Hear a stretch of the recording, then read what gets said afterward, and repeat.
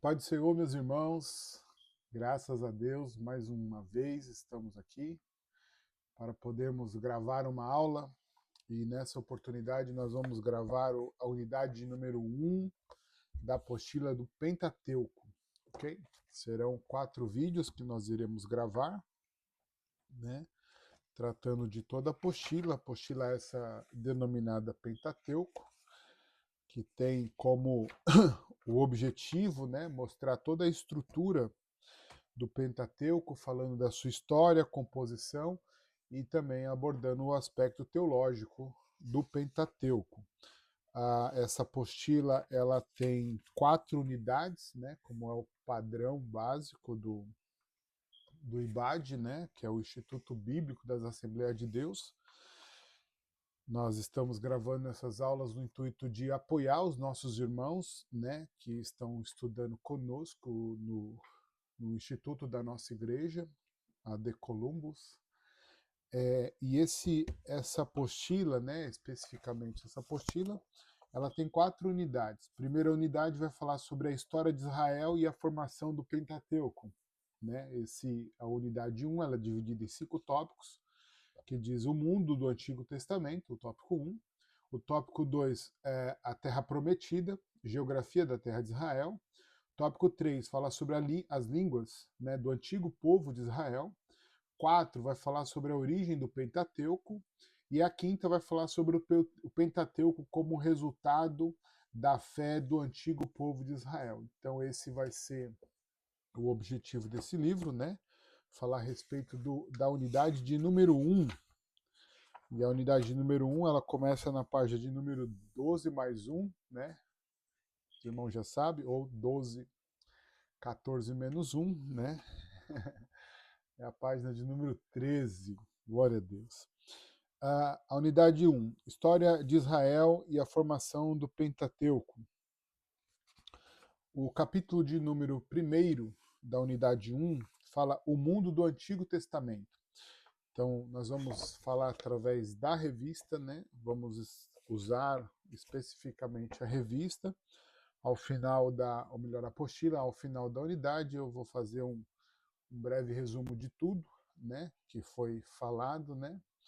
Para a gente poder fazer um fechamento sempre com base na apostila. Então, tópico, ou melhor, capítulo 1, o mundo do Antigo Testamento.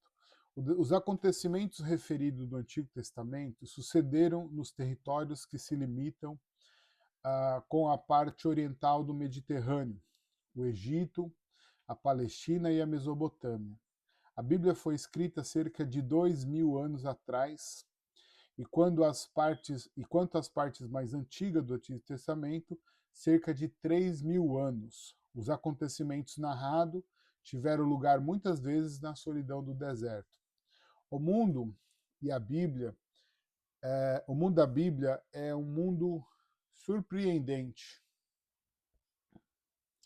revelador do ponto de vista da história, da civilização e fundamental para toda a humanidade. Ok. No fim do século XIX, alguns críticos negaram à Bíblia qualquer valor histórico. Hoje, com base nos resultados das pesquisas arqueológicas, podemos afirmar a relevância histórica dos relatos bíblicos. As convicções adquiridas por arqueólogos de renome podem se resumir nas expressões do arqueólogo William Foxwell Albright, que dedicou 20 anos de sua vida a dirigir pesquisas, escavações no Oriente. Abrindo aspas para a fala deste arqueólogo, ele diz assim: nada foi encontrado que possa criar dificuldade para uma fé inteligente, e nada foi descoberto que possa abalar sequer uma verdade teológica. A Bíblia faz parte de um amplo conjunto com cujas partes individualmente ela está em contato. O conhecimento das línguas, da vida e dos costumes daqueles povos, da sua história, das suas concepções éticas e religiosas, recebe das descobertas arqueológicas um múltiplo enriquecimento. Contudo, a Bíblia, embora formada neste ambiente, não é fruto unicamente deste ambiente. Seus valores espirituais são incomparavelmente mais ricos e mais profundos. São esses que iluminam como uma luz toda a espécie, desculpa, como uma luz toda especial, aquela história que de outra forma teria sido idêntica à dos povos vizinhos. A importância das descobertas arqueológicas para o estudo da Bíblia está justamente no fato de que elas não que elas nos dão possibilidade de estudar a história do povo eleito com o mesmo método usado para qualquer outro povo. É interessante a gente já começar a falar aqui a respeito desse tópico 1, né, que vai mostrar a arqueologia entrando em cena, não contrapondo a Bíblia, mas favorecendo a Bíblia através dos seus escritos. Mas é importante a gente entender uma coisa. A Bíblia ela não tem a preocupação de provar a sua história. A Bíblia não foi escrita como um livro histórico para provar a sua veracidade. A Bíblia não tem esse interesse. A Bíblia é um livro religioso, é um livro de fé, aonde o próprio Deus, né, se revela à humanidade através da sua palavra. Então a Bíblia não é a história do homem na terra.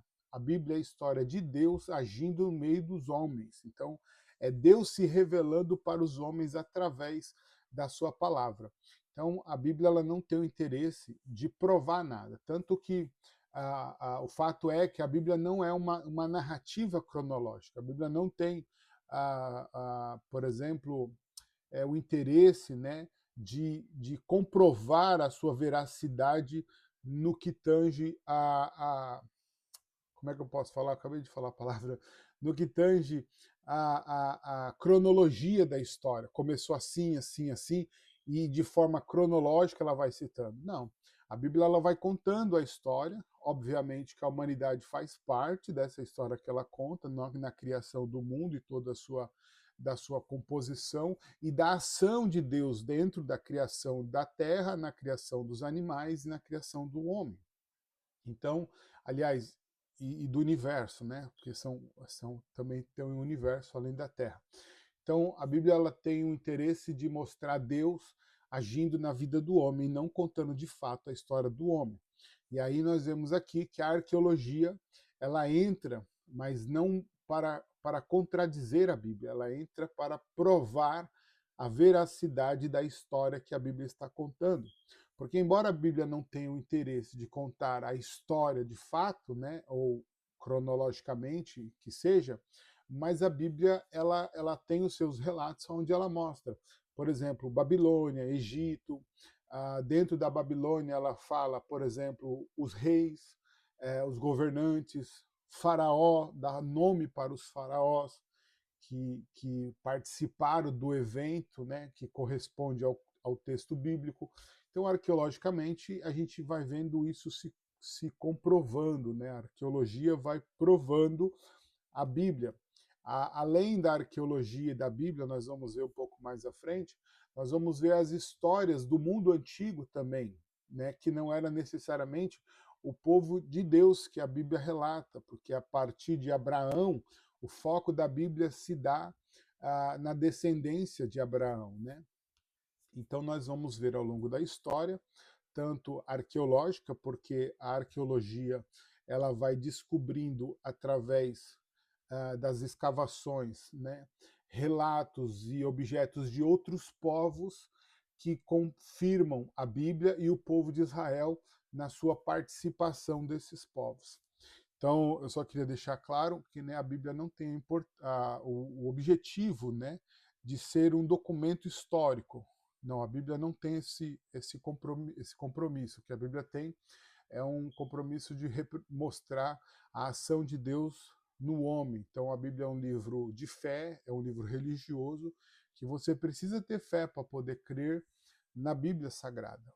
Como eu disse, a arqueologia, a ciência, ela vai comprovando alguns textos, né? Ela vai comprovando os fatos bíblicos que aconteceram, muitos deles são comprovados, alguns não são, por não achar evidências, né, diante da história ou da arqueologia, descobertas, enfim, mas o mais importante para nós é compreendermos isso, que a Bíblia é um livro de fé, um livro religioso, e ela precisa ser lida como tal, e entendida como tal, e crer, né, no Deus que a produziu para os seres humanos.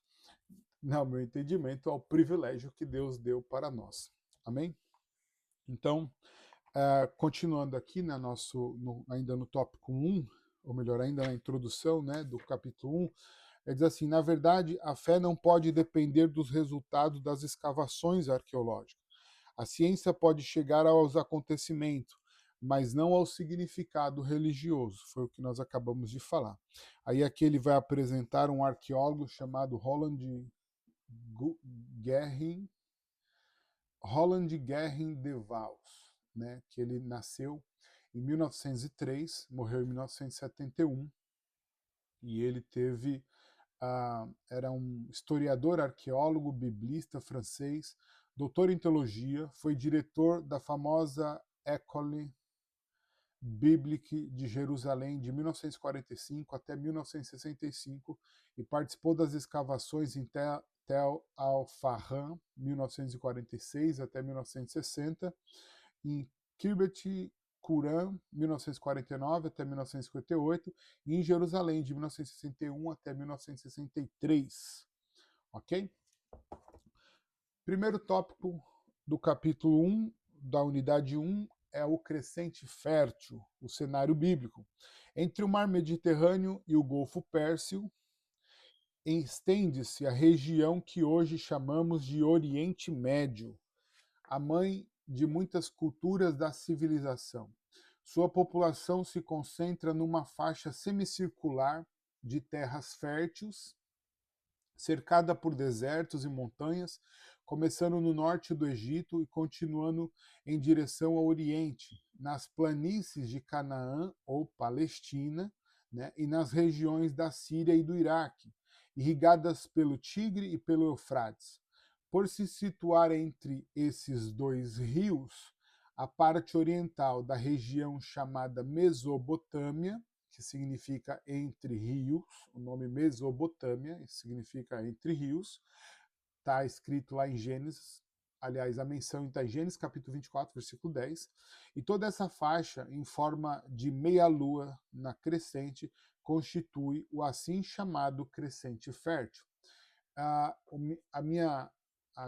meu desenho é muito ruim da apostila, né? Não dá para me mostrar aqui para vocês, mas essa lua, né? Essa lua aqui é o crescente fértil. Você vai ter a sua apostila, você vai poder ver direitinho.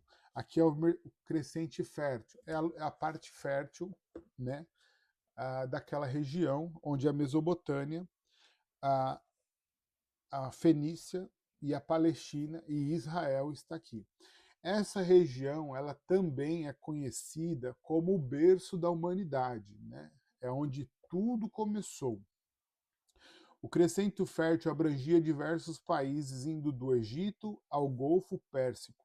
Rotas comerciais atravessavam a região e era disputada pelas forças imperialistas, ora da Mesopotâmia, assírio, babilônico e persa, ora do Egito, né? E entre essas potências do mundo antigo estava a terra de Canaã, Israel, que apesar de ser um pequeno espaço de terra e de ter sido por diversas vezes conquistado, sobressaiu as outras nações através da experiência histórica e religiosa. Então aqui ele está falando sobre o crescente fértil, né? Depois da, lógico, evidentemente, da criação do homem, né? Da formação de Israel, depois do dilúvio, claro, isso tudo aqui é depois do dilúvio. Mas esse crescente fértil, ele é conhecido como o berço da humanidade. Se você for estudar na história secular, você vai encontrar isso. Aqui é onde estava o berço da humanidade. Tudo começou aqui nessa região do crescente fértil. Para a gente poder encerrar essa parte do crescente fértil, né, o cenário diz o seguinte: o crescente fértil. Não, esse é o que eu já li, isso mesmo. Que eu já li, esse mesmo. Então, o cenário fértil, o crescente fértil, desculpa, é o cenário do nascedouro da humanidade, né? A humanidade nasceu aqui e esse era o lugar que era conhecido como fértil justamente por causa dos rios que por eles passavam, né, e fazia com que a terra fosse regada, e aí sim atraía muita atenção, principalmente dos comerciantes, né, porque aonde tem a umidade, né, o regar das águas, a terra fica mais produtiva e tudo mais, por isso que ele é conhecido como crescente fértil. Fértil é da fertilidade, ok? A tópico 2, assim, a formação do povo de Israel. Sobre a origem de Israel, a Bíblia menciona a presença do patriarca Abraão na Baixa Mesopotâmia, que hoje é localizado no Iraque, em Ur dos Caldeus, Gênesis capítulo 11, versículo 28, com uma passagem por Arã, na Alta Mesopotâmia, que hoje também, a Alta é o lugar onde está a Síria, Gênesis 11, 31. Depois, seu descendente Jacó, que se torna mais tarde Israel, teria se estabelecido no Egito pelo segundo milênio antes de Cristo, Gênesis capítulo 46, até o Êxodo 1, de 1 ao 5, que é quando José vai para o Egito, e aí Deus faz o período de fome, e Jacó, com as 70 almas, como diz o texto, migra para o Egito e ficam lá em torno de 430 anos, morando no Egito, e de morador de Gósen, passaram a ser escravos no Egito, servindo como... Cala a boca! Desculpa, gente. Servindo como escravo para o Egito, né? Então, historiadores recentes, porém, pensam que no século 17 a.C., as 12 tribos de Israel comportavam dois componentes principais, um vindo do nordeste, da Síria, e outro vindo do sul, das fronteiras do Egito. No Egito, os filhos de Israel eram chamados de hebreus. A Bíblia relata sua estada no Egito e o êxodo subsequente, ocorrido por volta de 1300 e 1200 a.C. O nome hebreu significa algo como imigrante, né? A Bíblia, ou nômades, aipurus. A Bíblia mostra que os povos semitas eram parentes de Israel. A Gênesis 10 e até o Gênesis 36. Os edomitas, moabitas, amonitas, amalequitas, etc. No entanto, apresentavam ameaças permanentes e eram sempre combatidos. Êxodo capítulo 17, versículo 16. O parentesco se estende aos ismaelitas, ou árabes, considerados descendentes de Abraão, mas sem terem os mesmos direitos que os filhos de Israel. Segundo as narrativas de Gênesis capítulo 16 e Gênesis capítulo 21, do versículo 8 ao 20, seu ancestral Ismael era apenas filho da escrava. Coisa semelhante vale para os edomitas ou descendentes de Esaú, irmão de Jacó e Israel. As histórias de Gênesis, capítulo 25, do versículo 29 ao 34, e capítulo 27, do versículo 1 ao 43, ensina que Esaú perdera o seu direito em herança, portanto Israel podia julgar-se no direito de dominar esses povos, segundo Samuel, capítulo 8, do versículo 1 ao 14. Então, ali na região do Crescente Fértil, né, onde Israel é formado, tinha ali os seus parentes, porém havia um isolamento entre eles, não havia comunhão entre eles, né? E aí aqui é só mesmo uma estrutura que nós estamos mostrando da criação e da formação de Israel. Capítulo 2 vai falar também da Terra Prometida, a geografia da Terra de Israel. Antes da formação do povo de Israel, essa terra era chamada Terra de Canaã, logo, onde viviam os povos cananeus. A partir da organização das tribos israelitas, passou a ser chamada Terra de Israel, Terra Prometida ou ainda Terra Santa. Em 931 a.C., após a morte do rei Salomão, houve a divisão do reinado e a parte norte ficou conhecida como Reino de Israel ou Reino do Norte, e a parte sul foi chamada de Reino de Judá ou ainda Reino do Sul. No tempo de Jesus, os romanos passaram a chamar toda a região de Palestina, as 3 províncias mais lembradas do Novo Testamento: Judéia ao sul, Samaria ao centro e Galiléia ao norte. Como já foi mencionado, Israel está delimitado pelo mar Mediterrâneo a oeste e pelo deserto a leste. É uma pequena faixa de terra entre o mar e o deserto. Sua vegetação depende das chuvas que vêm do lado do mar, em Canaã. O verão é seco, o inverno é chuvoso. Não só a chuva umedece as terras, mas também o orvalho desempenha um papel importante no verão seco, viabilizando algumas vegetações em regiões áridas. A maioria dos rios e riachos não existem durante o ano todo, mas somente na época das chuvas. Então essa é a geografia da terra de Israel, né?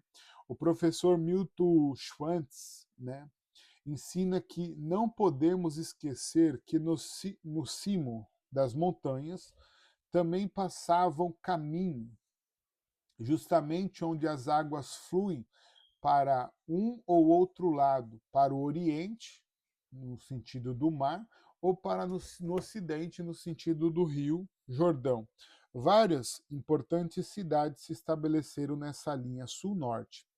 Algumas que se destacavam: Hebrom, Belém, Jerusalém, Gibeá de Saul, Siquém e Samaria.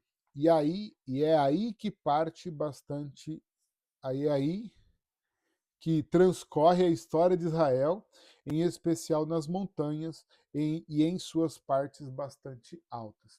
Israel é uma região de montanhas, né? Tanto que nós vamos ver muitos textos falando que Deus é Deus dos montes e dos vales, né? Para os inimigos, Deus agia mais no monte, não nos vales, né? Mas na verdade Deus era Deus do monte, Deus dos vales. Então Israel passava a geografia da terra de Israel, né? Na sua formação, é uma terra de altos e baixos, como nós acabamos de ler aqui na nossa apostila. No primeiro tópico do capítulo 2, ele vai falar sobre Canaã e as cidades e estados, né? Em Canaã, na época anterior à formação de Israel, havia vários pequenos reinos.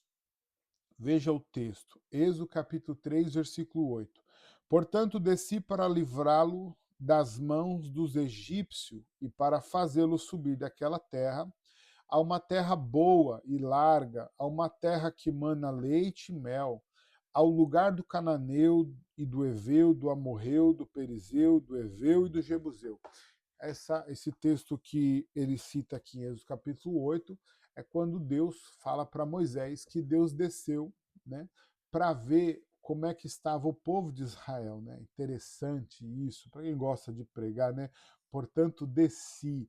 O Deus onisciente, onipotente, onipresente, ele diz que desceu para ver o seu povo, né? Você consegue imaginar isso? Deus desceu para ver o seu povo?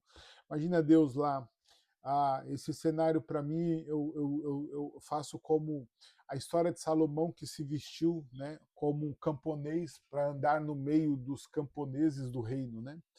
Então, Deus, o rei soberano que reina eternamente, se veste como um homem, desce para então ver como estava a situação do seu povo. Talvez ele desce, e aí, claro, a gente parafraseando, né, o texto, né, tentando criar um cenário, né, possível, né, da descida de Deus, Deus descendo e andando no meio do seu povo. E aí, como é que tá? Tá ruim, os egípcios estão apertando, nós estamos sofrendo, nós não temos condições, nós estamos vivendo uma vida difícil, a alimentação é regada, a ração é controlada, o nosso prazer está nas cebolas, está nos legumes. E aí eu fico só imaginando, né, essa descida de Deus para ouvir o seu povo.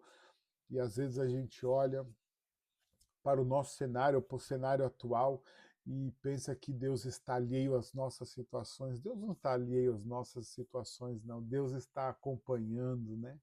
E Deus está vendo, e no tempo dele, ele vai mudar os nossos cenários, amém? Glória a Deus. Então, aí o texto que ele usa é esse, né? Então ele diz assim: e eram pequenos reinos constituídos por uma cidade cercada por uma muralha que controlavam um conjunto de vilas de camponeses estabelecido ao seu redor.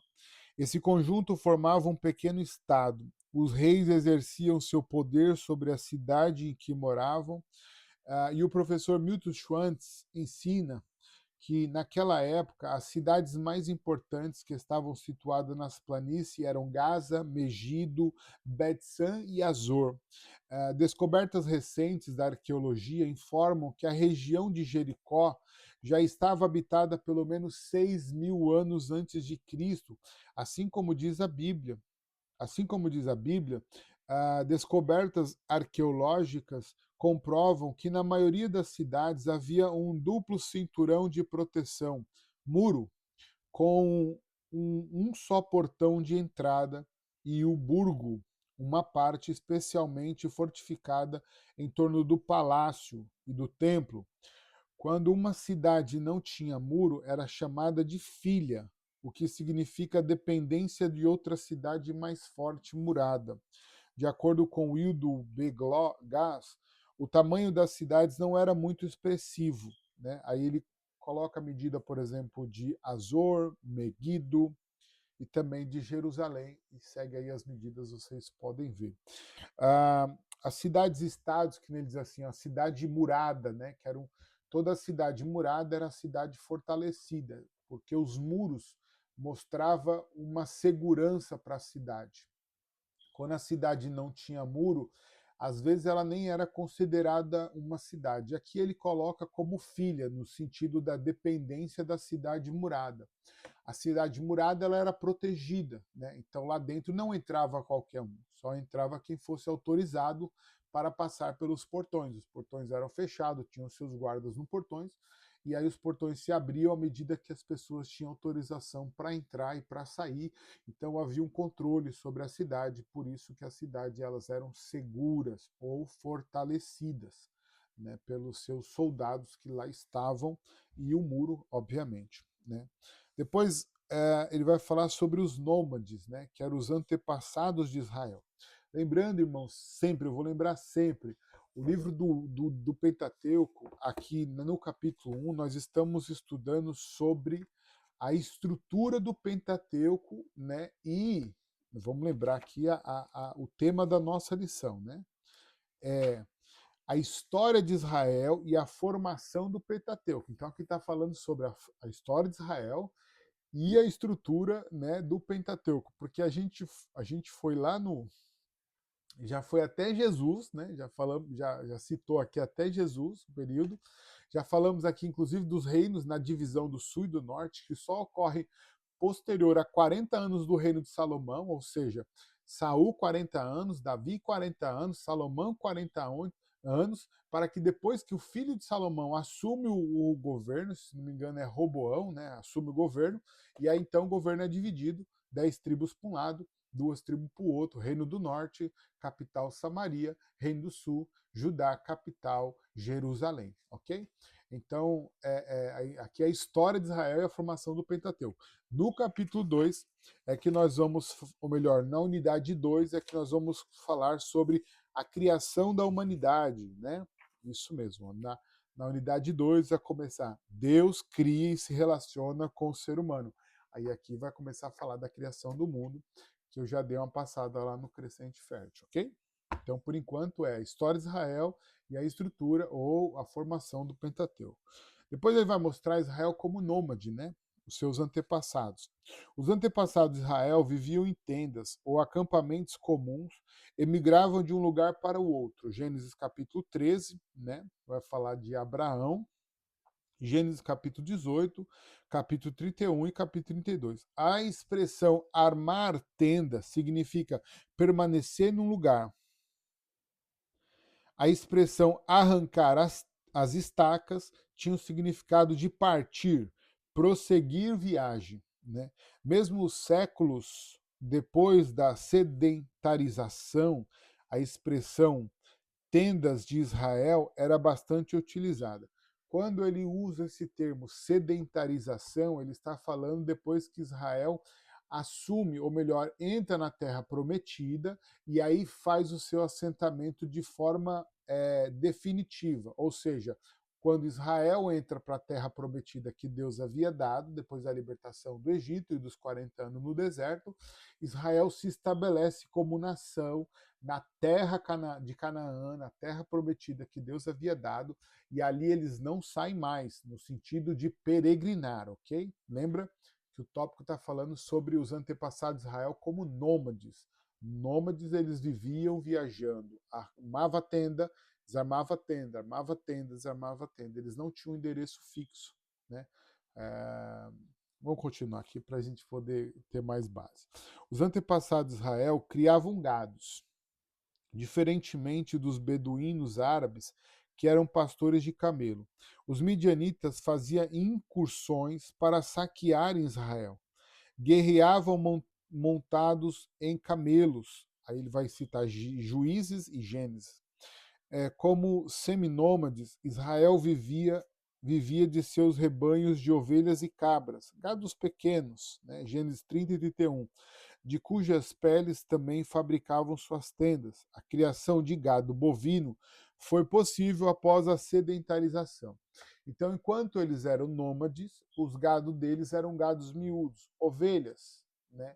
Posterior à sedentarização, como ele chama, que é a hora que eles se estabiliza, né, e não precisa ficar mais mudando, então eles têm a possibilidade de carregar, ou melhor, de criar gado, né, porque não dá para criar gado quem vive mudando de um lugar para o outro, porque a estrutura do animal é diferente e todo um conjunto, né, de fatores impede a criação de gado, ok? Para quem vive como nômade, né? Então, a criação de gado bovino foi possível, ok. Os poucos mananciais de água eram objeto de frequentes conflitos, mas também de um lugar de encontro. No oásis havia também julgamentos. Aqui era no tempo dos nômades. Vamos ver uma citação que ele faz aqui do Schmidt, que ele diz o seguinte: a vida dos seminômades foi determinada pela troca periódica das pastagens em meio e meio ano entre a estepe e a terra cultivada, e assim chamada transhumância. Durante o período das chuvas, no inverno, permaneciam na estepe. No verão, depois que este estorricava, né, o verão vinha e estorricava todo o mato, né, eles migravam para os campos colhidos na terra cultivada. É, a questão, desculpa, aqui estão tinha acesso, aqueles tinham acesso, né? Finalizando a minha gagueira. Pelo fato de estarem em constante migração em busca de terras cultiváveis, os seminômades mantinham contato intenso com a população local. Havia comércio e casamento entre eles. Era interessante observar que os seminômades viviam em grupos que, por um lado, deviam ser grandes o suficiente para que pudesse garantir o sustento e proteção, mas, por outro lado, não deviam se tornar tão grandes que não conseguisse mais água suficiente. Na citação que nós fizemos aqui, ele fala sobre uma palavra estepe, né? A vida de seminômade foi determinada pela troca periódica das pastagens, e meio ano, entre a estepe e a terra cultivada. Essa palavra estepe, para nós hoje ela funciona, mas para a época não existia essa palavra. No deserto, né, que em hebraico é midbar, né, eles usavam esse estepe, né, no caso não a palavra em si, mas o significado dela, que era campo seco de pastagem. Então era um lugar onde eles ficavam, como é que eu posso falar para você? Provisório, isso, a palavra boa é essa. Era um lugar provisório, né, de uma região semiárida com vegetação suficiente para o pastoreio, usada por pastores nômades como ovelha. Então hoje essa palavra é chamada de estepe. Né? Foi só para dar essa informação, porque a gente ouve a palavra estepe e acaba passando, ok? Era só essa informação mesmo. Então era um lugar que não era permanente, era provisório, e também não era cultivado. Era uma vegetação rala, né? Não era uma vegetação boa, produzida, né? Era uma vegetação naturalmente criada, né? Ou estava lá e servia como pasto. Isso daí é a melhor, é a melhor forma da gente identificar. Depois, na parte 3, no tópico 3 do capítulo 2, ele vai falar sobre Israel e o processo de conquista da terra. Quando Israel entra na terra prometida, são citadas 3 formas pelas quais Israel toma a terra, né, de Canaã como sua terra, sua possessão, né? A primeira forma que eles colocam é a ocupação violenta. Alguns biblistas e arqueólogos que investigam o Antigo Testamento afirmam que a formação de Israel aconteceu através de ocupação violenta, a partir de campanhas militares, né, lideradas por Josué. A união das tribos para a conquista de Canaã se deve ao fato de todas descenderem de um ancestral comum, Abraão. Então, a primeira forma era a forma violenta. A segunda forma de ocupação que ele cita era a ocupação progressiva e pacífica. Alguns biblistas afirmam que a formação das tribos nas montanhas de Canaã foi através de ocupação pacífica, através de uma lenta e progressiva infiltração e migração de tribos seminômades, vinda de regiões semiáridas ou de estepes, onde apacentavam seu rebanho em busca de pastagem. Esses grupos se fixaram em terras cultiváveis, passando a ter residência entre os cananeus, processo de sedentarização. Um exemplo é o caso de Abraão e Sara. Essa hipótese diz que a conquista foi lenta e não reconhece a existência de lutas no processo de ocupação. A terceira forma é a insurreição de excluídos. Outros estudiosos do Antigo Testamento afirmam que, na verdade, as tribos de Canaã se uniram como resultado de uma rebelião contra os reis de Canaã, né, e as montanhas foram ocupadas por camponeses, que refugiavam-se e organizavam-se para poderem resistir aos reis cananeus. Essa hipótese é conhecida também como revolução social.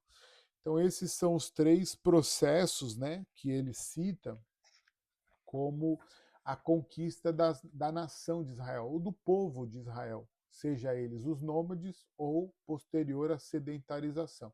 Da sedentarização, a gente sabe que foi incursão militar através de Josué, mas posterior a isso, né, foi dessas outras duas formas, ocupação progressiva e pacífica e insurreição de excluídos. Okay? Então, essas são as possibilidades de ocupação que Israel tem. Na verdade, não possibilidades, né? O processo de ocupação de Israel sobre a terra de Canaã. É importante dizer que o nome Israel significa Deus lutará. Israel surgiu através de um processo histórico no campo de batalha e em nome de Deus na luta do povo pela liberdade, pela terra prometida por Deus aos seus ancestrais. Obviamente que esse texto, né, ele se dá de forma concreta depois que eles voltam do Egito, né, e passam os 40 anos no deserto, e então eles começam a tomar a terra após a vencer, né, Jericó, eles começam a tomar a terra.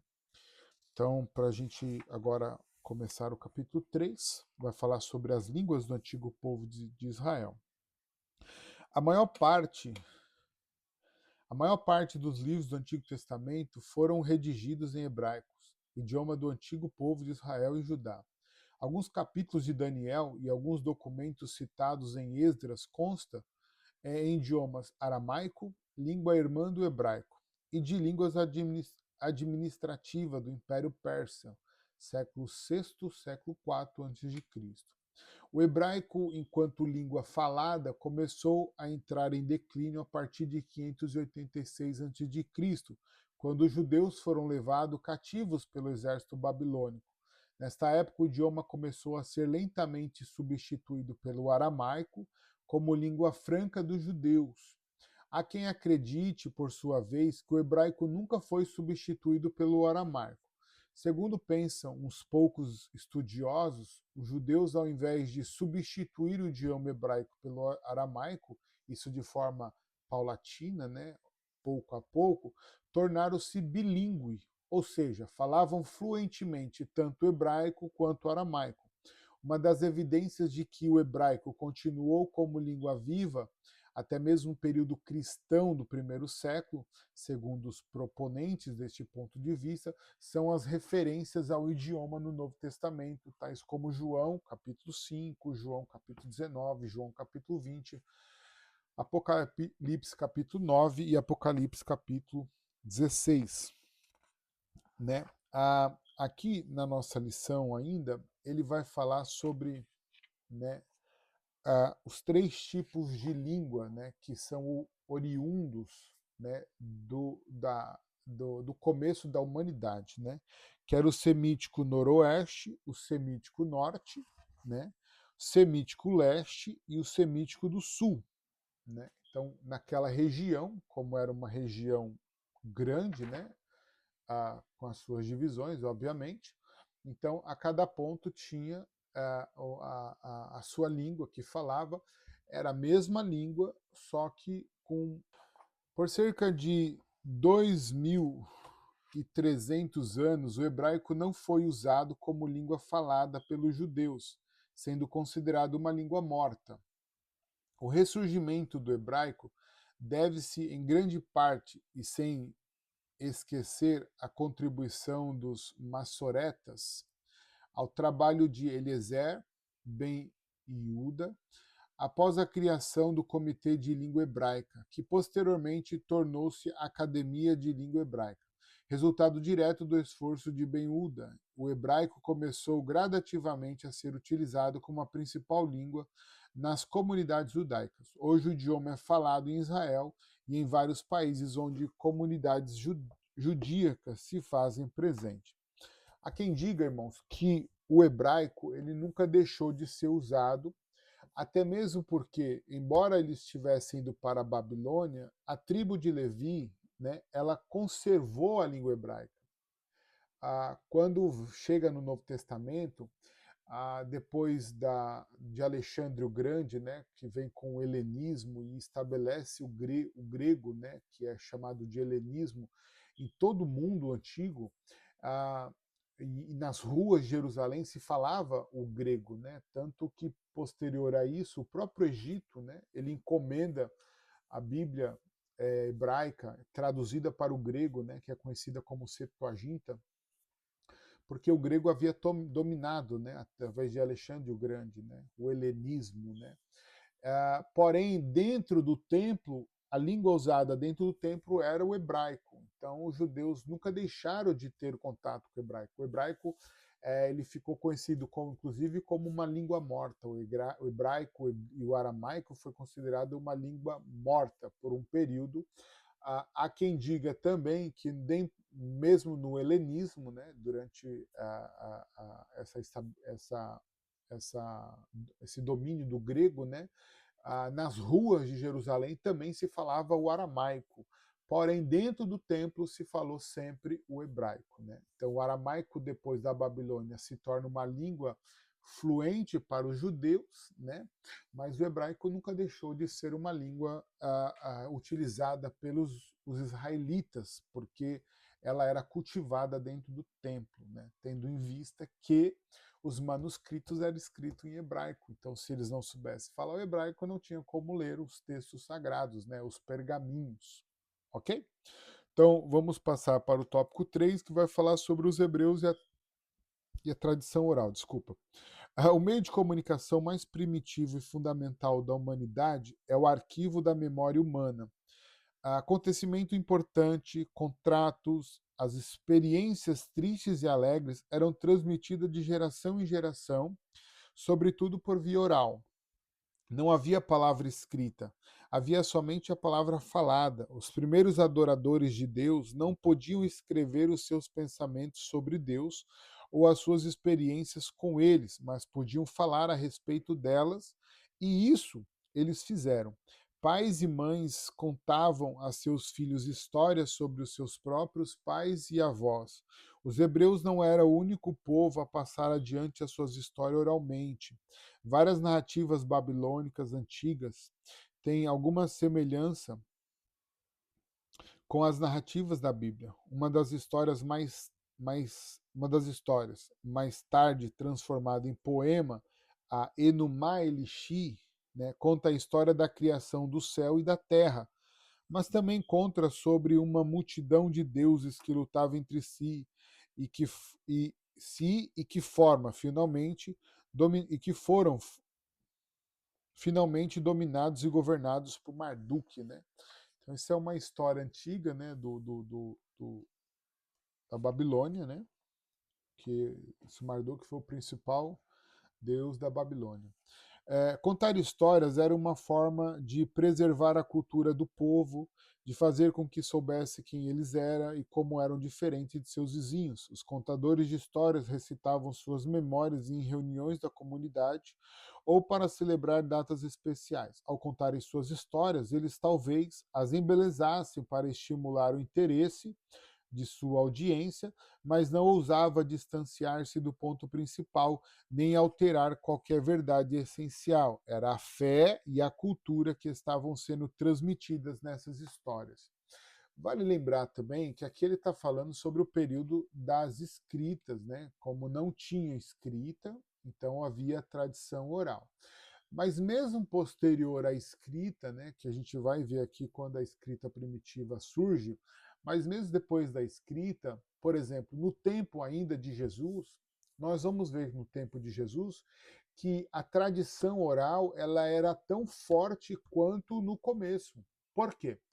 Porque a escrita, o estudo, né, a erudição, né, era ela muito cara. Então, somente os ricos tinham condição. Somente as pessoas que eram de famílias ricas, que o pai podia pagar, porque não havia escolas. Não era igual hoje, por exemplo, você vai lá e se matricula na escola, que é sustentada pelo governo. Não, na época não tinha. Então, na época tinha um professor que ele era pago pelo pai para ele poder ensinar o seu filho a ler e escrever de forma individual. Então, era um professor para um aluno. E nem todo mundo tinha condição de poder fazer isso, né? Então, muitas pessoas não sabiam ler e não sabiam escrever, porém a tradição oral ela continuava. Por isso que nós vamos ler no texto sagrado Deus mandando os pais encacutarem nos seus filhos, né? Cucutar nos seus filhos, né? Não sei se é cucutar que fala, em Calcutá, colocar na mente dos seus filhos a palavra de Deus. Então ela era contada, as histórias eram contadas dos pais para os filhos, e eles começavam quando os filhos eram bem pequenininhos, para que eles pudessem absorver aquela história e guardar nos seus corações, porque nem todos eles tinham condição de pagar. Então a tradição oral, que foi fundamental para a conservação da história desde a criação do mundo, ela foi utilizada por muito tempo em Israel e também por outros povos, né? Porque da mesma forma que para Israel era caro, para outros povos também era caro. Então nem todos eles tinham a escrita como a escrita ou a leitura, né, como habitual do seu dia a dia, porque não tinha condições de assim as tê-la, né, de ter.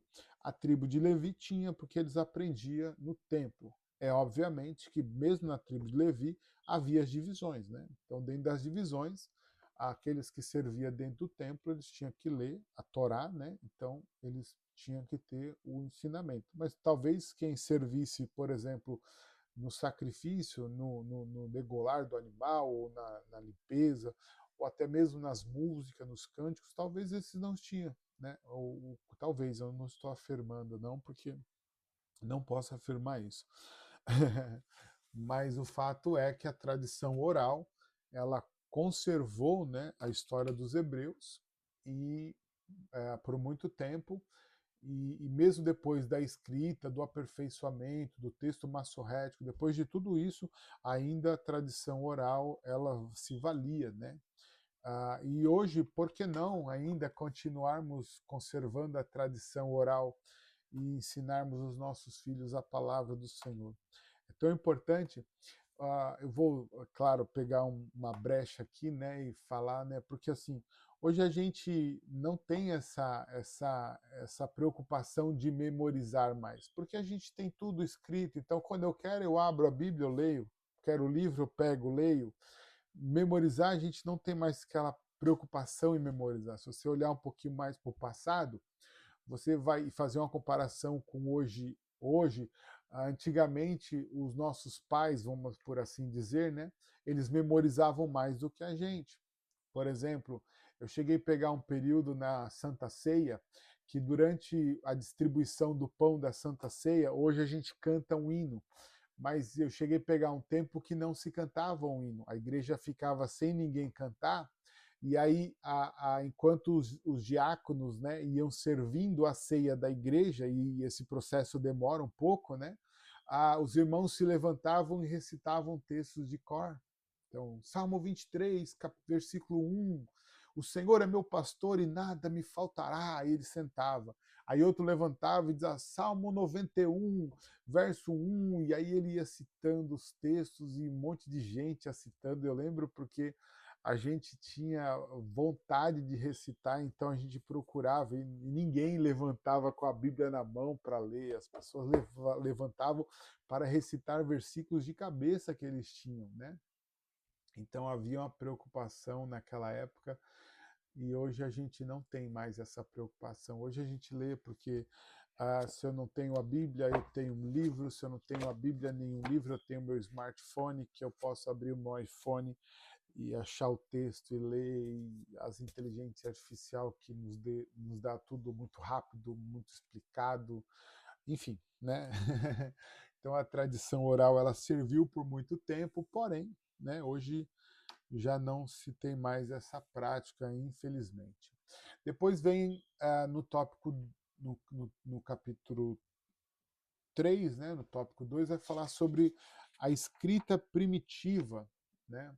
Os povos antigos, em certo período, começaram a traduzir suas ideias em desenhos rudimentares, como os que existiam nas paredes das cavernas. Esses desenhos nas cavernas testemunham o ânimo dos homens daquela época, a agudez do seu espírito de observação e a vida que levavam. As paredes das cavernas que lhes serviam de habitação serviam também como primeiro material de escrita. E aí você vai ver aí o desenho na sua apostila, né? A epopeia de Gilgamesh, que é uma escrita, uma pedra, né, que foi descoberta, essa placa em argila, né, com uma escrita, nessa escrita dela é chamada de cuneiforme, né, que é cavada no barro, ou seja, em forma de cunha, que era típica da Suméria. Depois você vai ver na página de número 31, né, os desenhos, né, do sistema de escrita daquela época. Tem os hieroglifos, né, que eram os desenhos mais rudimentares. Depois o proto-sináitica, que aí o desenho tem uma forma mais clara, né, mais identificável. Depois tem o fenício e a paleo-hebraica, que aí já começa a formar letras, né, já não é mais desenho, mas é letras. Depois tem o grego antigo, depois tem o grego, o latim e o hebraico moderno. Aí são os modelos de letras, né, que a apostila está apresentando para nós.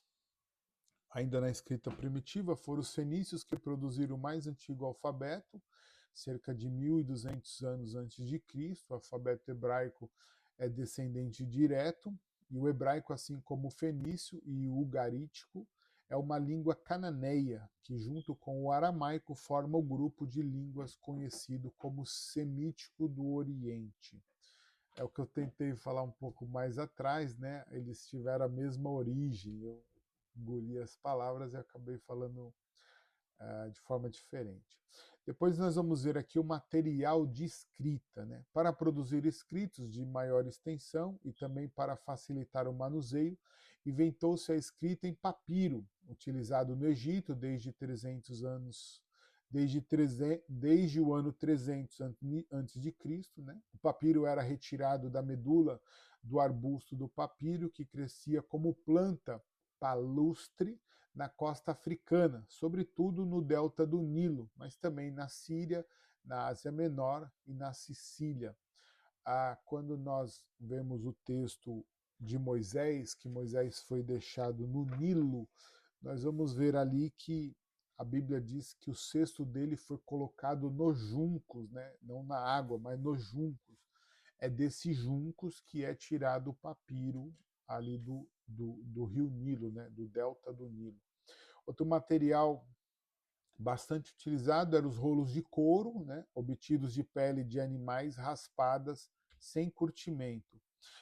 Nós temos a imagem, né, das cavernas de Qumran e um fragmento de pergaminho, né, do lado dele aí na página de número 33. Tem duas imagens aí para você observar. E por fim nós chegamos ao final do capítulo 3, onde ele vai falar sobre os instrumentos, né, para escrever, os instrumentos que eram usados para escrever, tanto no barro como no papiro, como também no couro, né? Para escrever os antigos usavam um estilete de metal duro. Isaías capítulo 8, versículo 1 faz essa citação também, né?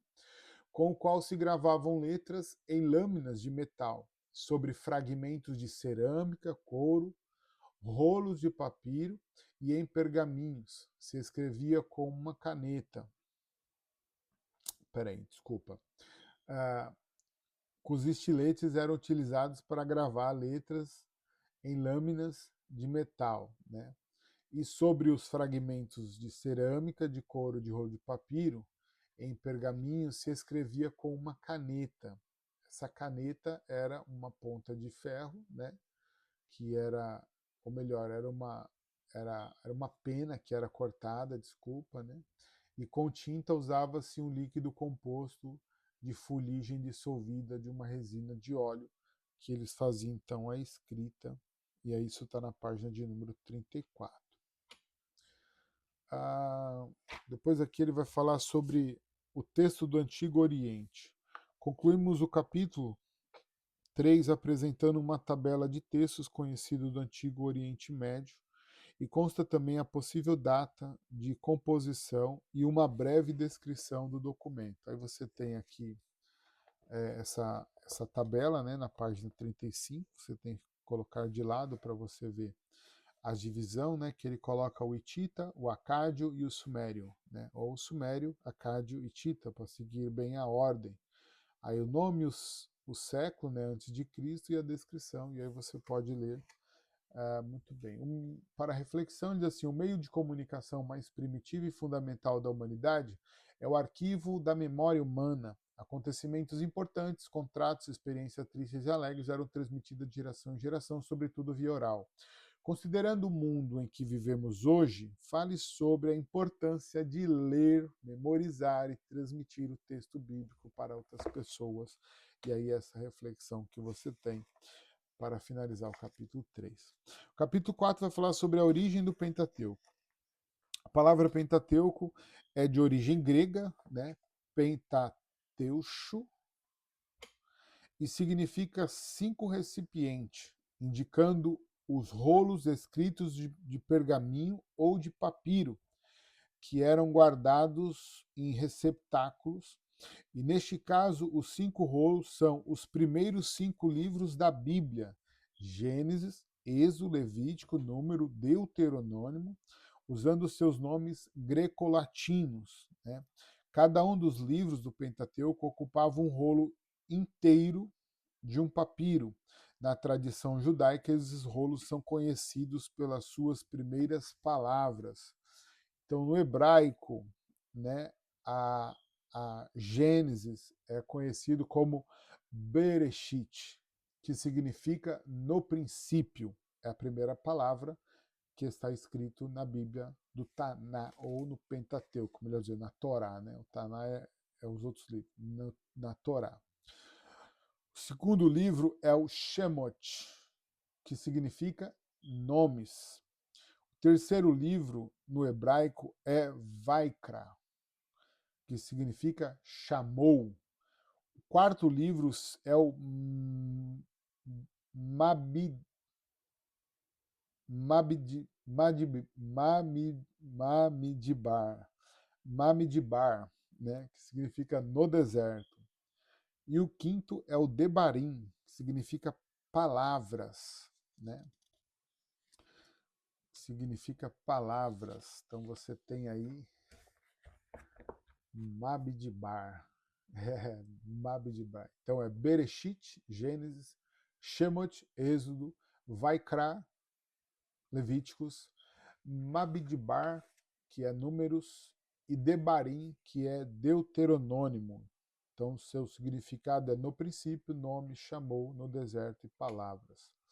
No grego, né, do grego ficou o nome Gênesis, Êxodo, Levíticos, Número e Deuteronômio, que é a Septuaginta que cria, que transformou nesses nomes, né, quando na tradução grega. E as nossas bíblias, né, na língua portuguesa, aliás, em todas as línguas do Ocidente, elas permaneceram como assim: Gênesis, Êxodo, Levítico, Números, Deuteronômio. Gênesis tem o significado de origens, Êxodo tem o significado de saída, né? Levítico tem o significado de leis levíticas, e Números tem o significado de números ou censo, né? E Deuteronômio é a segunda lei. E o quarto ponto, e aí você vai ter, né, uma tabela aqui.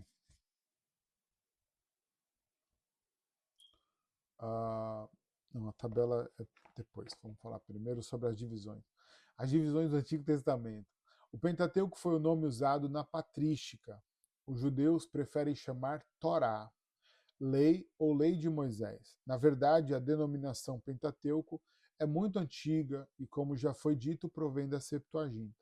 Junto, os 5 livros constituem a lei, Torá, que originalmente significa ensino. Depois nós vamos ver no tópico 2 do capítulo 4, vai falar sobre a Torá dos judeus. A palavra Torá designa, na linguagem da época do Antigo Testamento, o ensinamento das mães, Provérbios 1:8, Provérbios 6:20, e do pai, Provérbios 4:1, para introduzir seus filhos no caminho da vida e adverti-lo diante das ciladas da morte. Nisso, como em todos os demais usos, a palavra abrange informação e orientação, instrução e estabelecimento de normas, e com isso também promessa e desafio. Expressa igualmente o mandamento e a história da construção da instrução.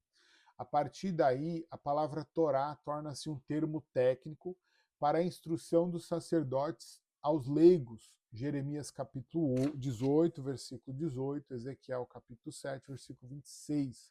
Mas designa também as palavras dos mestres de sabedoria. Provérbios 7:2, Provérbios 13:14, ou até mesmo do profeta, Isaías capítulo 8, do versículo 16 ao 20, e capítulo 30, versículo 9, para os seus discípulos. Nos primeiros capítulos do livro de Gênesis, encontra-se a informação de que Deus foi o criador do mundo. Segue-se a descrição da queda do homem, a revolta da criatura contra o Criador, por meio da qual da humanidade e com ela toda a criação teve de suportar a maldição divina. Vem depois a promessa do Salvador, a semente da mulher, Gênesis capítulo 3, versículo 15.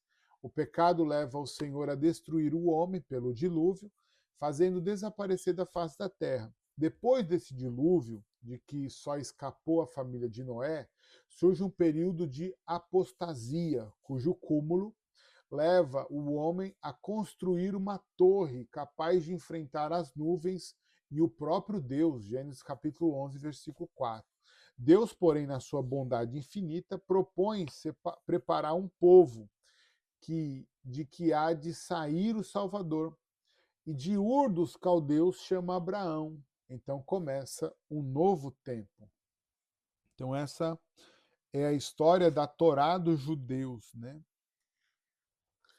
A respeito, voltando aqui no tópico 2, eu pulei. Tem uma tabela na página 39, né, que vai fazer a divisão da Bíblia hebraica, né? Então ela começa aqui, ó, o Antigo Testamento.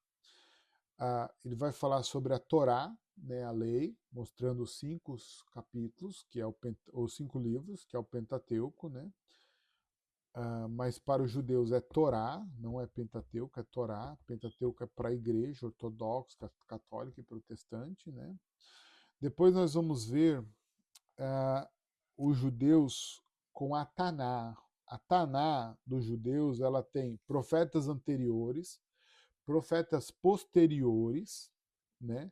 Aí tem o Shetuvim, Shetibuvim, né? Que são os escritos. Aí são 3 divisões, né? Desses escritos, e dentro desses estão as sagradas e as poéticas, que são Salmos, Provérbios e Jó.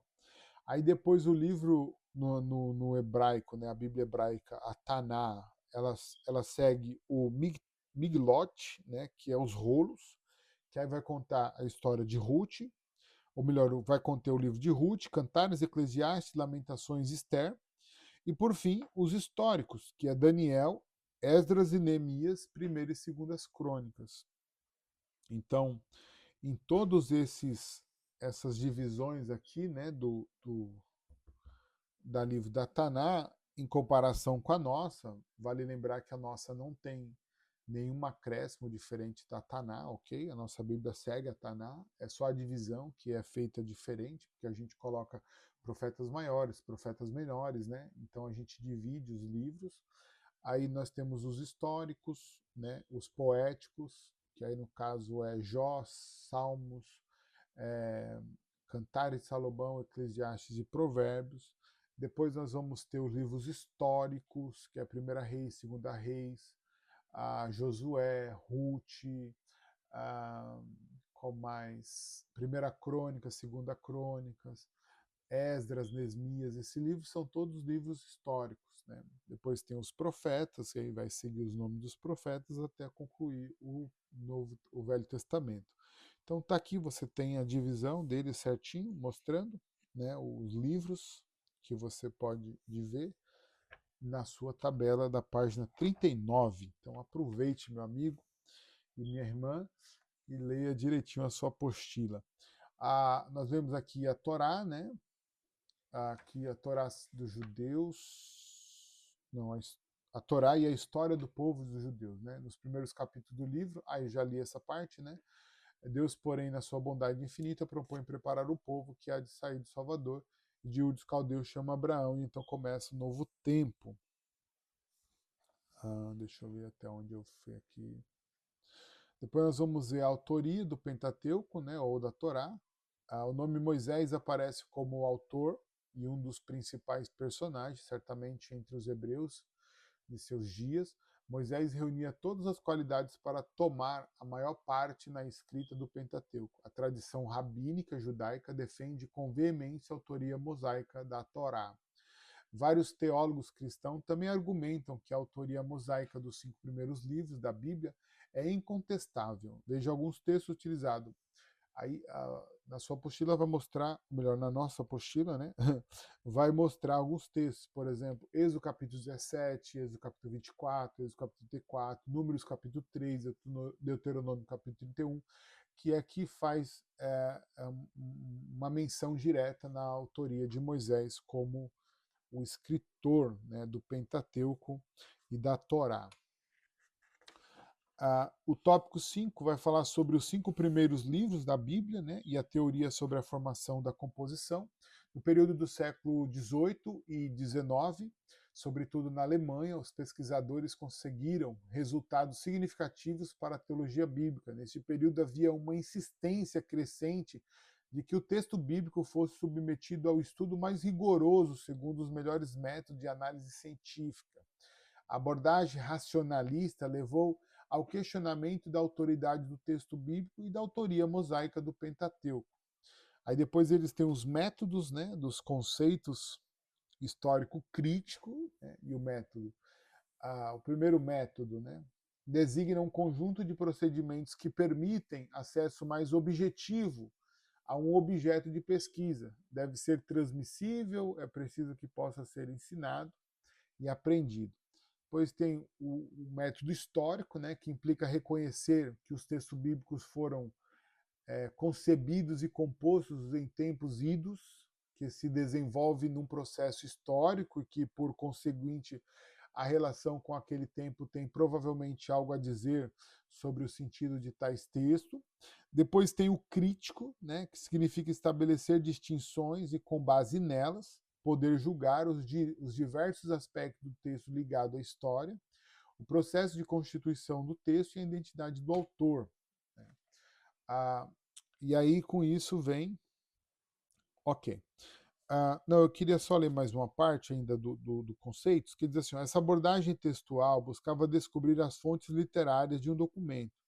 Nesse sentido, pressupunha que certos textos bíblicos foram submetidos a um extenso processo de adição e composição, tanto oral quanto escrito. Críticos da fonte examinam um texto a fim de descobrir evidências de fontes com base na linguagem e estilo, uso de nomes divinos, relatos duplos e qualquer discrepância interna ou dentre passagens, né? Então, esses conceitos, né, de método histórico crítico para analisarem o texto, né, os estudiosos do Antigo Testamento utilizavam essa forma de interpretar o texto, texto conhecida como crítica das fontes, né, leitura através de uma análise diacrônica, que consistia em ver se os textos remetem a tradições orais ou se são o resultado de várias redações sucessivas no tempo, e descobrir se determinadas passagens são anteriores ou posteriores.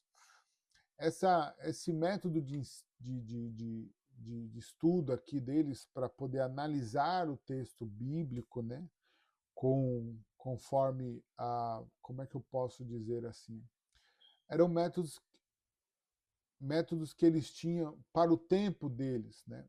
E aí é interessante essa abordagem, né, que aqui a crítica fazia e fizeram nesse período, né, para contestar a autoria de Moisés e a composição do livro, querendo dizer, por exemplo, que ele não era verídico, verdadeiro ou original pelo seu tempo, mas que teve adição, que teve assuntos que foi melhorado, enfim. Para eles poderem fazer isso, eles usavam um método do tempo deles, né? Ou seja, um método moderno que não tem como você aplicar para um escrito muitos anos antes. Moisés, o que Moisés tinha? Moisés foi criado no Egito, com toda a sabedoria do Egito, mas o Egito não tinha, naquele tempo, a qualidade que esses camaradas do século passado tiveram, né? A ponto de eles quererem comparar, né, e criticarem a literatura do texto, né, a forma literária como o texto foi escrito, para poder então colocar sobre eles, né, um peso, né, ou aplicar a sua crítica. Então, eu acho muito interessante esses conceitos dos métodos históricos críticos que eles utilizavam, né, para o texto. Claro, para buscar uma veracidade, um questionamento, não tem problema. A Bíblia está pronta para isso, né?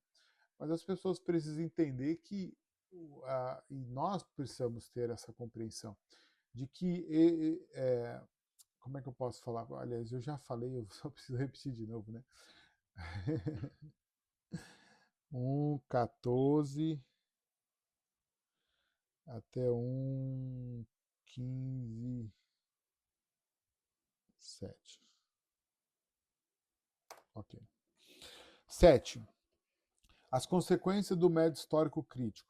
O texto passou a ser controlado pelos especialistas em literatura. O texto bíblico estava sujeito aos instrumentos, métodos e conclusões científicas. Os intérpretes analisavam os textos, negando os fenômenos sobrenaturais. Houve muitos períodos que se dedicaram a dissecar o texto segundo a metodologia científica, mas esse movimento culminou na obra de um teólogo alemão, Julius Wellhausen, que criou a hipótese dos documentos. Veja uma explicação sobre o método de Julius. Mediante cuidadosa atenção, a forma gramatical ao estilo, vocabulário e perspectiva religiosa, apresenta a hipótese consistente e persuasiva de que nos primeiros livros do Antigo Testamento podemos distinguir 4 camadas literárias diferentes, cada uma moldada por um grupo de escritores diferente. Cada camada, documento, diferente possui caráter próprio, vocabulário característico, tendência e compreensão da história e da geografia diferente, bem como interesses e pressupostos religiosos próprios.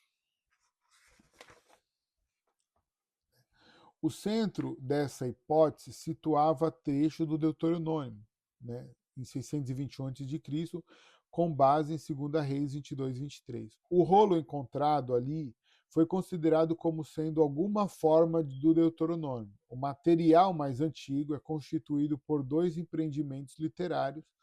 Um usa o nome Yahvé para Deus e se intitula J, e o outro usa Elohim e por isso chama E, e cogitou numa quarta fonte posterior no ano de 621 a.C. Seu estilo é marcado por formalismo cultural que deve ter sido escrito por sacerdotes e por isso é chamada de P, do alemão Priester, sacerdote. Agora, observe outras características dessa abordagem que divide o Pentateuco em 4. Aliás, em 4 documentos separados. Então, eles criaram 4 formas, 4 documentos, que é o J, o E, o P e o D. 4, né? Então, ele diz assim, documentos ou código chavista, que é o J, javista, que vem do nome Javé, tem estilo simbolista, dramático e vivo, e mostra Deus muito perto do homem. Teve origem no reino de Judá, com Salomão, em 972 a 932. Depois ele vai falar sobre o código eloísta, né, que vem do nome Elohim. Depois ele vai falar do código deuteronômico, que é o D, que teve origem nos santuários do reino cismático da Samaria, Siquém, Betel e Dan. Depois ele vai falar sobre o código sacerdotal, que é o P. Provavelmente os sacerdotes judeus durante o estilo da Babilônia, né, 587 a 533.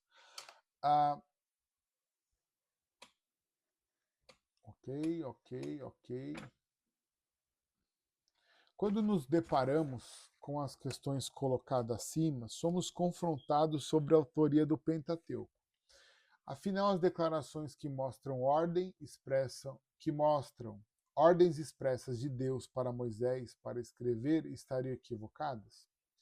De forma alguma. Entendemos que Moisés foi o autor de todo o Pentateuco, já que como cristão não acreditamos que o espírito de Moisés possuiu alguém para escrever após a sua morte. Quando afirmamos que Moisés é o autor do Pentateuco, nos referimos a ele como o autor essencial, escritor, ou seja, com certeza o mais importante. Diante do exposto, até os teólogos tradicionais admitem esse pensamento. Então, o que nós vimos aqui foram tentativas, né, do tempo, do período, né, dos críticos, né, em estabelecer métodos histórico-críticos que tentasse, de alguma forma, confrontar, né, os escritos para mostrar que Moisés não foi o autor, ou que, se foi o autor com mais outras pessoas. Então, a gente acredita, né, na maioria, a maior parte dos teólogos acredita que, de fato, Moisés não escreveu todo o Pentateuco, que teve a ajuda de alguém. Por exemplo, como Moisés escreveu a respeito da sua própria morte? O que Moisés escreveria depois de morto? Né? E ela está escrita a morte de Moisés e, posterior a isso, a finalização do Deuteronômio. Então, nós precisamos compreender que a autoria de Moisés se dá não pelo seu todo, como se ele tivesse escrito da primeira palavra à última palavra, mas que a escrita de Moisés é predominante em todo o Pentateuco. E isso não há questionamento. Por isso que a Moisés é dado a autoria de todo o Pentateuco.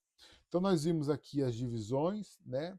A maneira com que eles criaram essas divisões dentro de uma crítica, querendo provar que Moisés não era o autor, ou não é o autor predominante, ou o autor máximo do texto. Então, aí aqui, como nós estamos estudando teologia, na teologia a gente tem que aprender tanto os prós quanto os contras, né, da nossa Bíblia, né, e da estrutura dela, no caso, ao melhor, num todo, a gente precisa aprender a estrutura, ok? Entramos então, por fim, no capítulo 5, né, que vai falar sobre o Pentateuco como resultado da fé do antigo povo de Israel. Então, um importante impulso para o estudo do Pentateuco veio da obra do conhecido teólogo Gerard von Rah, e este tinha consciência de que no Pentateuco estamos lidando com histórias que foram remodeladas. Ele defendeu que no antigo Israel o principal formador de sagas era a fé. Não encontramos em nenhuma única saga que não tivesse recebido da fé sua marca e orientação decisiva. Gerard von Rah, né, que nasceu em 1901 e até 1971, eu já falei a respeito dele, é um teólogo alemão estudioso do Antigo Testamento. Von Rah desenvolveu a sua teologia no Antigo Testamento ao redor da história, das tradições. Estudou também a importância do culto na formação das crenças e das afirmações confessionais, na transmissão da fé. O Pentateuco e as unidades literárias, tópico 1. A teoria documentária e a história da tradição foram questionadas por Rolf Rendel Fort, no lugar das 4 letras lá da história crítica, né, da crítica, que é o JEPD. Rendtorff propôs 6 grandes unidades. Primeira unidade primitiva, segunda unidade patriarcal, terceira unidade êxodo, como história, né, história primitiva, história patriarcal, história do êxodo, a experiência do Sinai, estadia no deserto e a instalação na terra. Né? Então essas são a divisão literária que foi proposta como unidades. Né? A história primitiva aglutina gêneros literários diversos, sagas, mitos, narrativas didáticas e genealogias. Este material foi unificado pela distribuição apropriada da Toledot, e essas são as gerações. Mas a origem de cada unidade não pode ser indicada com precisão. Nós lemos no começo principalmente falando na tradição oral, lembra? Na tradição oral? Então, é possível e é aceitável que durante a transmissão oral, lembrando que Deus não pegou Moisés e conduziu Moisés para o Éden, para Moisés ver como foi no Éden, e depois tudo que veio acontecendo. Não é assim que a gente entende que Moisés escreveu, por exemplo, o Gênesis, né? Mas ele escreveu a partir da história oral que já existia, da tradição oral. Moisés, então, foi registrando, né? Lembrando que Moisés ele era hábil na escrita, pois ele era filho da filha de Faraó, criado 40 anos no Egito, com a educação do Egito. Então, Moisés era hábil na escrita e na leitura. Moisés escreve o Gênesis através da tradição oral. E lá, quando nós lemos a respeito da tradição oral, nós vimos que era possível que alguém, na ideia de fazer com que as pessoas compreendessem, tivesse interesse de ouvir a história, ela fosse remodelada, ela fosse feita uma adaptação na história, né, para que ela tivesse mais interesse para o seu ouvinte. Porém, na tradição, eles tinham o cuidado de não distanciar a história da sua realidade. Qual era a realidade da história? A fé em Deus e a ação de Deus. Então, A história poderia ter as suas flores inseridas, os seus espinhos inseridos, porém, toda a trajetória dela estava em volta da ação de Deus junto ao homem, da resposta de Deus junto ao homem, da resposta do homem junto a Deus, seja negativa ou seja positiva, ok? Então, por mais que dentro da tradição oral esse material pudesse sofrer algumas aglutinações de gêneros literários para a sua tradição, ela não se distanciava da essência da história, ok? Então isso é aceitável e também isso não é confirmado que de fato acontecia. Hoje, por exemplo, se você entrar para a tradição judaica e você for estudar a tradição judaica, você vai encontrar na tradição judaica, por exemplo, isso daqui. Ó. Isso aqui é um livro judeu, tá vendo? Da tradição judaica. Tamareira de devorar. De devorar, isso mesmo. Então, isso daqui são histórias que eles contam com base no texto bíblico, né? Aonde eles trazem histórias, né? Que tiram exemplos de sabedoria através de palavras do hebraico. Então, por exemplo, ele vai contar uma história aqui e ele vai falar sobre a sabedoria de Deus. Então, dentro da sabedoria de Deus, ele vai compor uma história, né, que me faça compreender aquela sabedoria, a profundidade dela, o poder dela, a consequência dela, a aplicação dela para a minha vida. Então, esse é só um exemplo que eu estou dando. Eu acho, obviamente, você entendeu o que eu falei, né? Mas isso acontecia, ok? Dentro da tradição oral. Então, isso é aceitável. É aceitável. Amém? Vou passar para frente, senão eu vou ficar travado nisso. O tópico 2 vai falar sobre o que é possível aprender com a crítica, né? O estudo do Pentateuco testemunhou uma variedade de abordagem de investigação científica, literária, crítica das fontes, arqueologia, e as que foram feitas a partir da história das tradições. Cada abordagem forneceu importantes questões a serem dirigidas ao texto, e qualquer compreensão adequada do texto exigiu um olhar sério para questões levantadas pelos teólogos ao longo do tempo. Então, isso cooperou, né, contribuiu para o crescimento, né, para um aprendizado, né, para um aperfeiçoamento da abordagem diante do texto sagrado, ok? Depois eles vão falar sobre a teoria sobre os livros que compõem a primeira parte da Bíblia.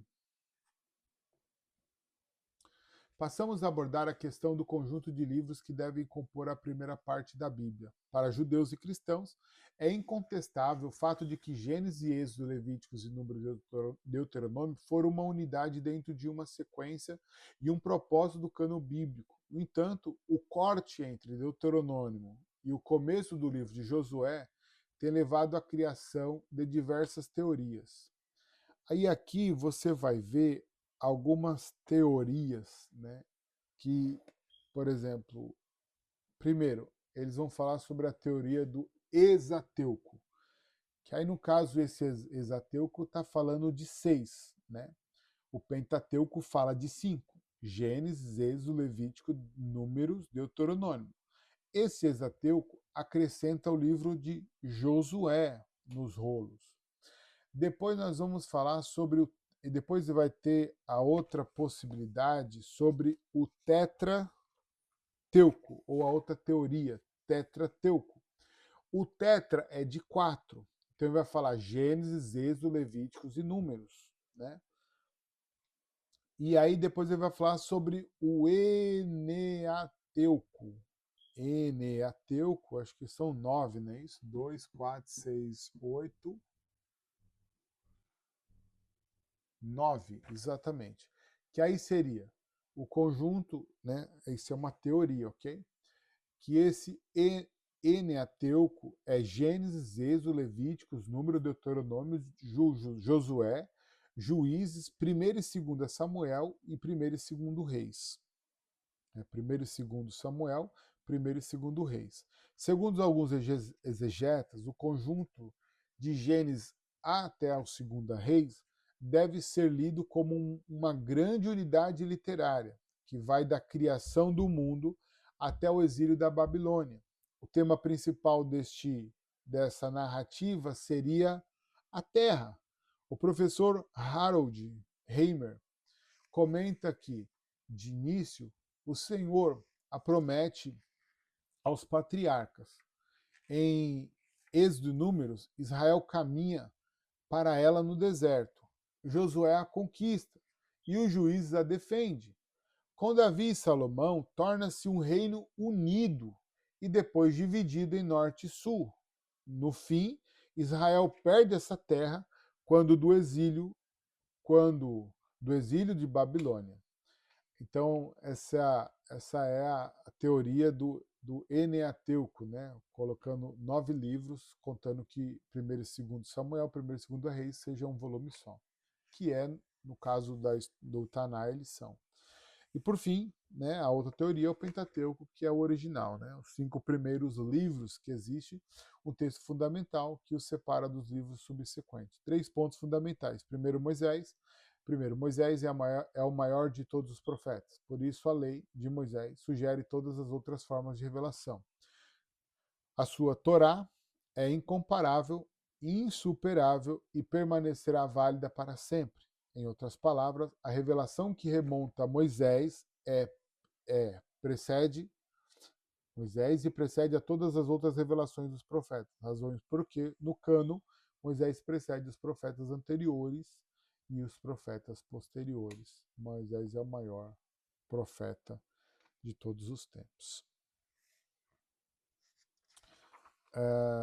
Pentateuco, exatamente. Eu queria só falar alguma coisa nesse negócio aí. Porque é o seguinte, eu acho interessante, né, que, claro que isso faz parte da teologia, né? Como eu disse, é importante a gente estudar para conhecer isso, né? Mas eu olho, às vezes, eu fico pensando, né? A estrutura científica que quer se envolver na Bíblia, no estudo sagrado da literatura bíblica, né? Eles não respeitam o dono dessa história, né? E aí eu não estou falando nem de Deus, né? Porque Deus é o dono de toda a terra, né? De todas as histórias, né? Mas eu estou falando do povo de Israel, porque eles viveram essa história, né? Eles são participantes dessa história. Eles acompanharam a tradição. Por exemplo, você querer comparar a literatura de Josué com o Pentateuco e você encontrar similaridades, é possível, porque Josué é discípulo de Moisés, né? Moisés preparou Josué.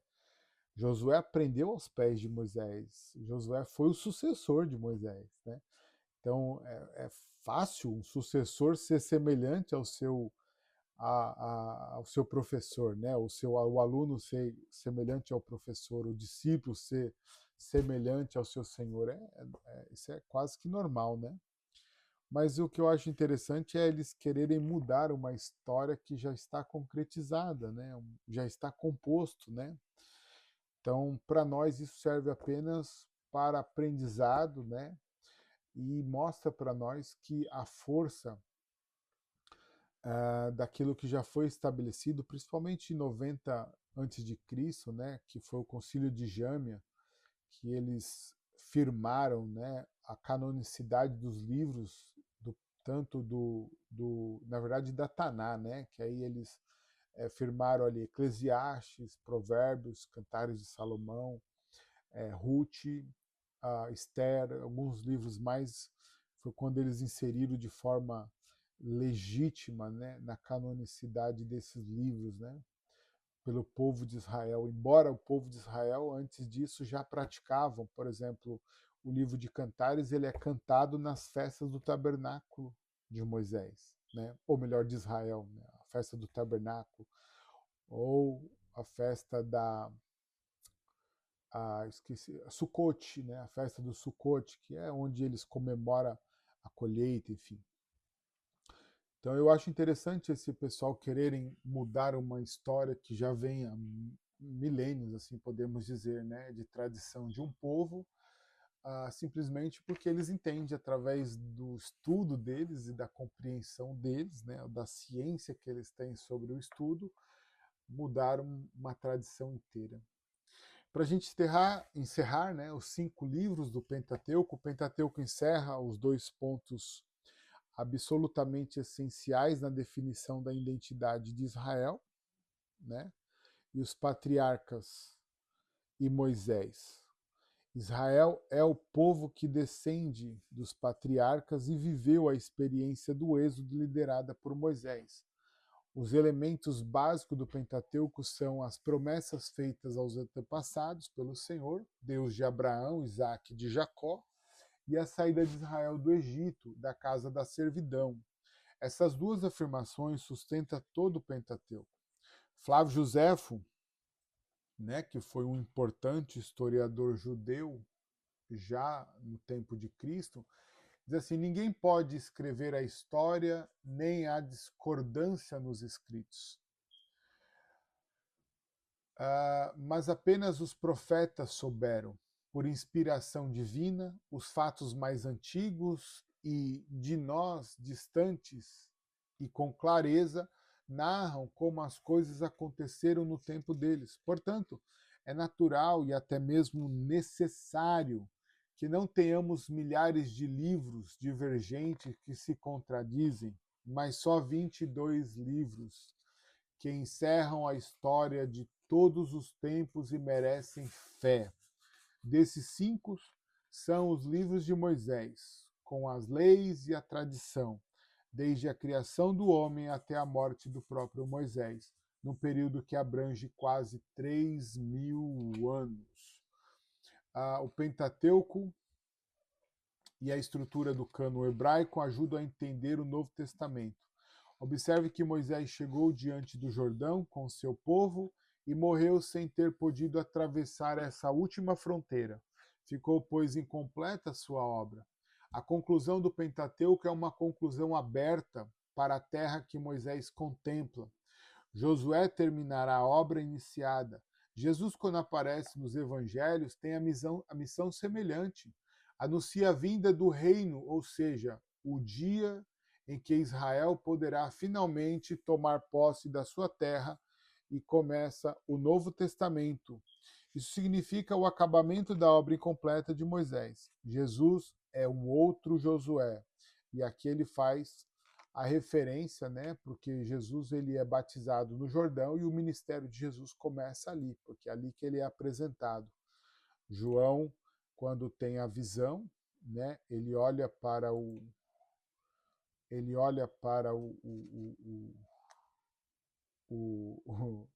para Jesus, ele diz assim: eis aí o Cordeiro de Deus que tira o pecado do mundo, né? E aí ele batiza Jesus no Jordão e Jesus começa então o seu ministério. Ao longo dessa aula,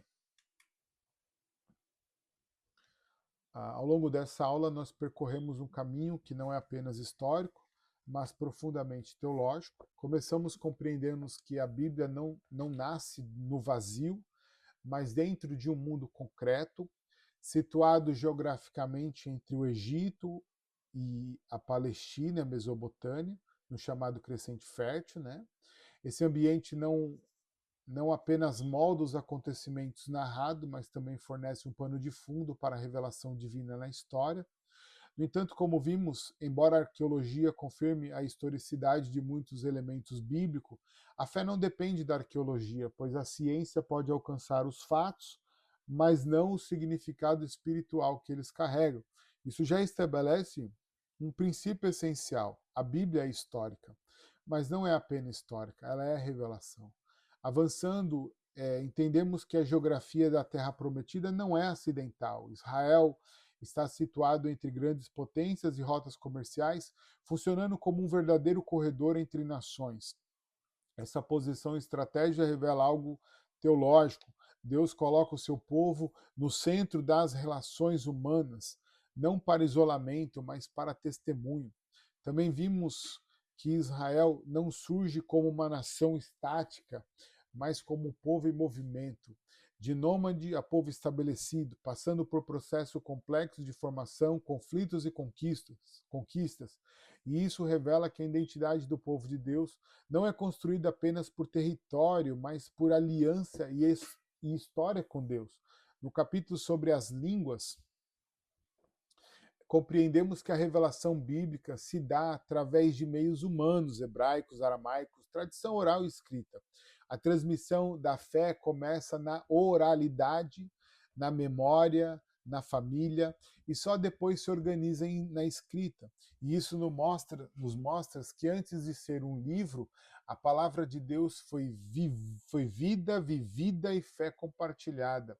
Quando chegamos ao Pentateuco, entramos no coração da revelação. Esses 5 livros não são apenas uma coleção de textos, mas a Torá, isto é, a instrução divina, fundamento da identidade de Israel. Neles encontramos a criação, Deus como origem de tudo, a queda, é o problema do pecado, a promessa, que é a esperança da redenção, a aliança, que é o relacionamento entre Deus e o seu povo, a lei, que é a orientação para viver diante de Deus.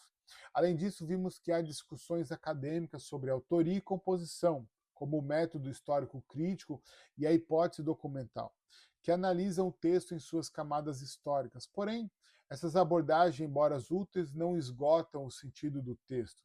E é aqui que chegamos ao ponto mais importante da aula. O Pentateuco não é apenas produto de análise literária ou histórica. Ele é, acima de tudo, resultado da fé do povo de Israel, como afirma Von Rad. Não há narrativa no Pentateuco que não tenha sido moldada pela confissão de fé da comunidade. Ou seja, o texto bíblico não é apenas registro, é interpretação teológica da história. E aí, para a gente fazer uma conclusão final, né, diante de tudo isso, podemos afirmar que o Antigo Testamento é especialmente o Pentateuco. Aliás, e especialmente o Pentateuco, não deve ser lido apenas como documento do passado, mas como testemunhos vivos de um Deus que age na história. A geografia, a cultura, as línguas, as tradições e até mesmo os processos de formação do texto servem como instrumentos, mas não são o centro. O centro é a ação de Deus revelando-se progressivamente a um povo formando sua identidade e conduzindo a história em direção ao cumprimento das suas promessas. O Pentateuco, portanto, não é apenas o início da Bíblia, é o fundamento, a compreensão de toda a revelação. Neles estão lançadas as bases da criação, da queda, da redenção e da aliança que encontrarão seu pleno cumprimento em Cristo. E assim, estudar esses textos não é apenas adquirir conhecimento histórico acadêmico, mas entrar em contato com a própria dinâmica da fé. Uma fé que nasce na história, é transmitida pela comunidade e encontra seu sentido único na revelação de Deus. E é justamente isso que transforma o estudo bíblico em algo mais profundo. Não estamos apenas analisando textos antigos, estamos sendo confrontados por uma história que ainda continua. Portanto, Deus abençoe meus irmãos. Ficamos aqui 1h40. 1h40, bastante tempo, né?